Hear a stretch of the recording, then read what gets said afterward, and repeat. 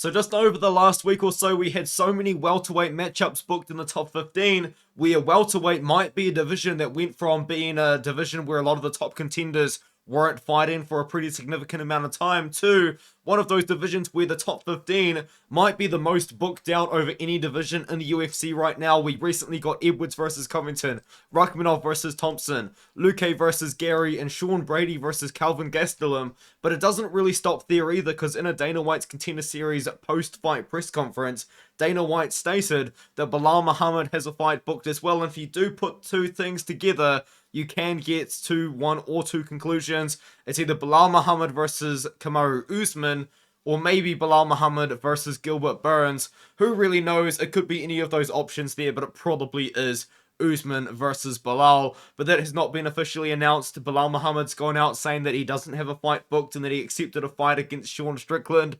If that is true, I mean, who knows, man? But I wanted to get on here talking about these matchups, get something going while we've got a little bit of time off away from the UFC. I do have a test coming up tomorrow, so after that I should be able to put out some pretty good content, and I've got a collaboration with Bedtime MMA coming out at the end of the week as well, so that should be one to look out for. The first thing I wanted to talk about was Leon Edwards versus Colby Covington. I'm going to go over this very quickly because I've actually made a completely separate video talking about this fight. But I am going to go with Edwards, but this is an absolutely 100% a nightmare matchup for Leon Edwards. And the thing about Leon Edwards is he's not really a guy that you can trust to go out there and knock out someone every single time. Yes, he did KO Kamaru Usman, but he didn't finish Nate Diaz in a fight which he dominated until like the last 90 seconds. And he didn't finish Usman the second time, but he did outclass him on the feet to a decision. And I do believe he can outclass Colby Covington on the feet to a decision, but the problem is Colby Covington is a guy that you can pick to win this fight, and the reason why you can pick him to win this fight is you can trust Colby Covington to wrestle and wrestle and wrestle and wrestle. Yes, Leon Edwards might defend a couple of takedowns in a round, but it doesn't matter because Colby Covington's going to keep going, so it's an absolute nightmare matchup for Edwards. But it is a good fight. It definitely does have a bit of intrigue. I am going to go with Edwards, though, in the matchup. Now we can move on to Shavkat Rakhmonov versus Stephen Thompson. Word on the street is that Stephen Thompson's going to get paid his show money for that matchup that he was meant to have. I believe it would have been about a month ago now, where he didn't accept the fight because Mikhail Pereira missed weight. So now, instead of that, he gets Shavkat Rakhmonov. Now the thing about Shavkat Rakhmonov is this could be a very good fight, because if this fight is on the feet for 3 rounds, I mean, if Stephen Thompson won this fight in a pure striking matchup for 3 rounds, I wouldn't be super surprised. But the thing about Shavkat Rakhmonov is he has been so dominant in his run through the rankings and all the way up. He dominated Neil Magny, but when he did run into Jeff Neal did make him look human. Now, yes, Shavkat Rakhmonov was up 20-18 unanimously going into round 3 when he did get the submission win, but you can't say that Shavkat didn't deal with any adversity in that matchup, because Jeff Neal was landing good shots, especially at the beginning of the first rounds, and just throughout the whole fight, Shavkat was kind of struggling with a couple of things that Jeff Neal was able to put on him. And yes, Stephen Thompson is a very talented striker. The problem is he's almost 41 years old, and Shavkat Rakhmonov isn't just a striker. He's also a wrestler and a grappler, and I do think that Shavkat can mix it up, can get the fight down to the ground, and take out Stephen Thompson on the ground.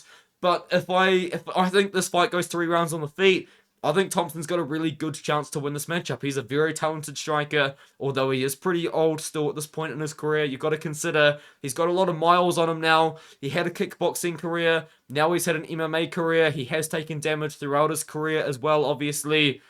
I'm going to go with Shavkat to win this one, but this is actually a good fight. I think this is a good fight that's going to test Shavkat Rakhmonov. Do I think that beating Stephen Thompson's going to get him a title shot? I'm going to say no. I think you'd have to beat Stephen Thompson and then maybe take on someone like Gilbert Burns to get that title shot. But very, very good fight. Very much a fight that I'm looking forward to. Give me Rakhmonov to win this one. Probably by like a late submission. Maybe round 3 submission. And I think it could be very competitive on the feet until that ends up happening. Until Rakhmonov gets the wrestling going. Now I've got Luque taking on Garry. I am going to go with Garry. Now the thing is, you definitely could pick Vicente Luque to win this matchup. And one of those reasons where I definitely think I probably could see some people picking Luque for this reason is, I mean, Garry got caught by Song Kanan about 6 months ago. And if Song Kanan can catch you, then Luque can probably catch you as well. And yes, honestly, I don't actually really disagree with that too much. And another reason why you could pick Vicente Luque in this matchup is the grappling. We don't know how good Garry's grappling really is because we've never really seen it. So far, throughout his whole career, he's managed to keep every single fight, for the most part, on the feet and at range where he's been able to look very, very good. But the thing about Garry is every single fight, without fail, he rises to the occasion. You know, he took on Neil Magny. I didn't like the way that he tried to paint Neil Magny as like a terrible person. Like, that was a weird sort of like maybe like a thing that he's trying to get into his head, like to try and make people like him, or it was like an ego thing. But you guys know what I'm talking about with the press conference and stuff. It's just a bit cringe, really, wasn't it? But he beat D-Rod. Really, really good win over D-Rod. Knocked him out in the first round. That's his best win at that point. I think Magny is his best win in his career, though. Took on Song Kenan. Beat him up pretty easily, though. I mean, after the first round, should I add. Song Kenan almost had him out in the first. He almost finished Garry before Garry started to really make his rise. But the thing is, this is a good matchup for Garry. Luque can close the distance, and Luque can get takedowns. And yes, Luque does have fantastic grappling, potentially underrated grappling. But the thing about Luque is, man, this guy comes out to go to war, man. He, he's got that legendary chin. Unfortunately, it did get cracked against Jeff Neal. He did get finished in that matchup. But Luque is a guy that is prepared to go out there and to go to war, and maybe Garry isn't. So yes, you could see Garry getting caught. Maybe you could see Garry getting finished. But I'm going to go with Garry to win by decision. I think that he can stay at range. This is what Garry does so well, is he keeps fighters at the end of his range. I do understand Luque's got the reach advantage, but Garry is going to be taller. Overall, he probably will be the longer fighter, and I think he can kind of pick apart Luque from range, but Luque can obviously bomb away with his very, very exciting style to try and get takedowns, to try and grapple, and just to try and land a big punch. I mean, I don't know. I'm seeing some people say that they don't trust the chin of Garry. We've never really seen it tested too much aside from the Song Kenan fight. So, actually as well in his debut, he struggled a lot in his debut, but the thing about Garry is, this guy must be working hard. He must be in the gym almost every day. I mean, obviously, you probably got to have a rest day. I'm not a professional athlete, but, he's fully in the gym every day, really working on everything and getting into it. So, yeah, I'm going to go with Garry by decision in this one here. And then for Sean Brady versus Gastelum, the fighter that I'm picking in this matchup so far, this pick could change, absolutely could change. It's not who I thought was going to be the Tapology favorite. Kelvin Gastelum has 55% of the vote. And I was going to pick Kelvin Gastelum, and I am still going to pick Kelvin Gastelum in this matchup. But man, I thought people were going to be on the Brady side. People must be really, really low on Sean Brady. I did pick Sean Brady to lose to Bilal. I didn't think he was going to lose to Bilal in the way that he lost to Bilal. And I was going to pick Jack Della Maddalena to beat Sean Brady. But in hindsight, with the JDM that showed up against Basil Hafez, who really knows what could have happened in that matchup? I mean, but anyway, this is a good fight. And I will talk about JDM at the end of me breaking it down.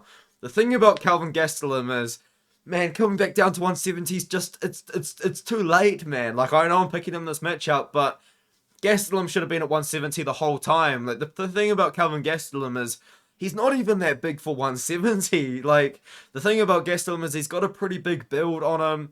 He doesn't necessarily have, like, the most muscle mass to really drain the liquid to cut a lot of weight to 155. But I think that Gastelum, he's 5'9". He kind of has no excuse for being able to make 170. Like, he's not a Braxton Smith or a Chris Barnett, you know what I mean? He's a guy that I think probably should have been able to make 170 a while ago, and he just kind of hasn't committed to it. And I hope that he has committed to it here, and I believe that he has, because he is tweeting all this stuff, kind of like laughing about people don't think he's going to make the weight. Like, that's got to be extra motivation, right? To like really get a bit of a diet going. And I think Gastelum can do it. I think Gastelum can make 170 without an issue. I know he's 32 years old. I know he's taking damage in his career. But I think at this point we can see Gastelum do it. I think Gastelum can cut the weight. And I think he can make 170. And against Sean Brady, to actually talk about the matchup instead of Gastelum's buffet habits, I think that he can beat Brady up on the feet pretty easily. Brady, his striking, to be fair, I will give Brady the credit in this matchup. Against Bilal Muhammad, his striking actually looked pretty good against Bilal. Now, the problem is, that's Bilal Muhammad, and we all know that Bilal Muhammad isn't really the best striker in the world. And he did get finished by Bilal, but the problem is in that matchup, dude, as soon as he got hit with one good shot, he just quit, man. He just gave up on himself, and that's kind of what it comes down to. He stopped firing back. He didn't even like try and attempt a takedown. He didn't even like try and just do anything. He just gave up. He gave up in that matchup after taking any adversity whatsoever on the feet. And Kelvin Gastelum can brawl forward. He can defend takedowns, and I think he is going to brawl forward. I think he is going to come forward. I think he's going to do the damage to Sean Brady. I think he's going to hurt Sean Brady on the feet. And Brady, what we've seen from Brady is that he's not a good striker. We're talking about the same guy that was losing on the feet to Michael Chiesa, and I've repeatedly said I think Michael Chiesa is the worst striker at 170. I think Michael Chiesa is one of the worst strikers in any of the male divisions in the UFC, and Chiesa was beating Sean Brady on the feet. Like, that is the level of striker that I believe Sean Brady is. Not that great. And Kelvin Gastelum is pretty good. He kind of is a striker. Like, yes, I know that he come up as a wrestler, as a grappler, but he's a striker kind of in like most of his most recent fights. Like, he kind of struck with guys that he probably could have tried to mix it up with. But you guys know what I mean. I think Gastelum can keep it on the feet. I think he can make Sean Brady uncomfortable, because Brady does not like the fight staying on the feet at all. He is not a very comfortable striker. I don't think he's the best striker in the world, and I think that Gastelum could break him. I might go with Gastelum decision though. But on the feet, I think Gastelum's got it all day. Let's talk about the rankings, though. Where does it leave Jack Della Maddalena? I think the obvious and the best possible matchup that you can possibly do is honestly Jack Della Maddalena versus Jeff Neal. I mean, rankings-wise, it makes sense. I think JDM's like number 13. Jeff Neal's number 9. Or you could get Gilbert Burns involved and either do like Jeff Neal versus Gilbert Burns, or Jack Della Maddalena versus Gilbert Burns. Or maybe like you could do JDM versus someone lower down in the rankings. Now at this point though, JDM, I think he's made it pretty clear he wants to keep fighting up. I think he kind of has deserved the opportunity to keep fighting up. Like, maybe if you were to give like him like a Gilbert Burns or something like that, then you would make him fight down in the rankings. Or if he beat Jeff Neal, then maybe, yeah, you could justify him fighting down in the rankings to go back up again. But at this point, JDM, he's fighting his way up the rankings on a big win streak. I think he deserves a top 10 opponent. I think Jeff Neal versus JDM would be an insane fight. Both the guys are good boxers. And as for Gilbert Burns, it depends on how long it's going to take for him to recover from that injury, to be honest. But with all that being said, I'll see you guys in the next video. Thank you for watching in this one, and I'll see you in the next one. Catch us later.